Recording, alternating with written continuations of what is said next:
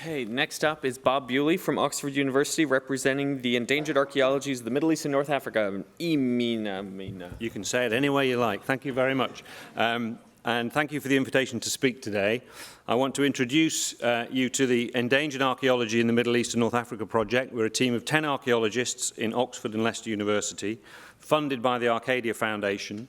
The archaeologists are specialists in remote sensing, especially air photo interpretation, satellite imagery and archaeological survey. We are on a voyage of discovery in finding new archaeological sites and in documenting damage and destruction in the Middle East and North Africa. We have to make our interpretations available to those who need them. That is, those with responsibility for their care, protection and preservation, as well as the general public. So far, we've recorded 94,000 sites, as you can see on there, in 2015, in 10 different countries. The project covers 20 countries in all, from Mauritania in the west to Iran in the east. We use the Arches software, about which you'll hear more later, developed by the Getty Conservation Institute and the World Monument Fund. On this voyage of discovery and documentation, we monitor change in the Middle East and North Africa region, which has a very rich archaeological resource. But this is under huge threat.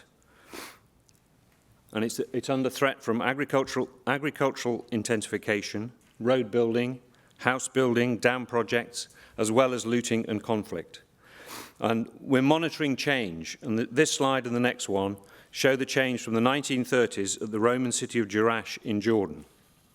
We also want to monitor the change on the ground. But here you can see an air photograph from the 1930s.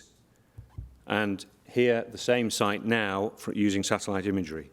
A massive change on a scale that's happening day by day, and that's what makes it even more important to record it. But the archaeology is remarkably resilient. Although there's damage here to this site, Tel Ubaid in Iraq, and I thank Paul Collins of the Ashmolean Museum for this. This was the site, it's a very famous site in Iraq, but it's also the site where Saddam Hussein put his tanks on in what he expected to be an Iranian invasion, which never happened. But the damage that you can see, those marks are where he parked his tanks. Fortunately, it's not totally destroyed. So we need to record what's there before it is destroyed. Understanding our past is key to our future. It is what defines us as human beings. It defines our identity. This project, EAMENA, is about understanding and recording the past so that future generations can understand what existed, what has been lost, but also what still remains. And by analysing what remains, we can understand human activity in the past.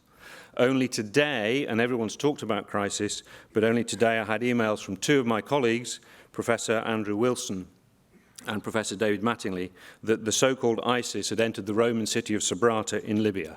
So we hope they've left. Thank you very much.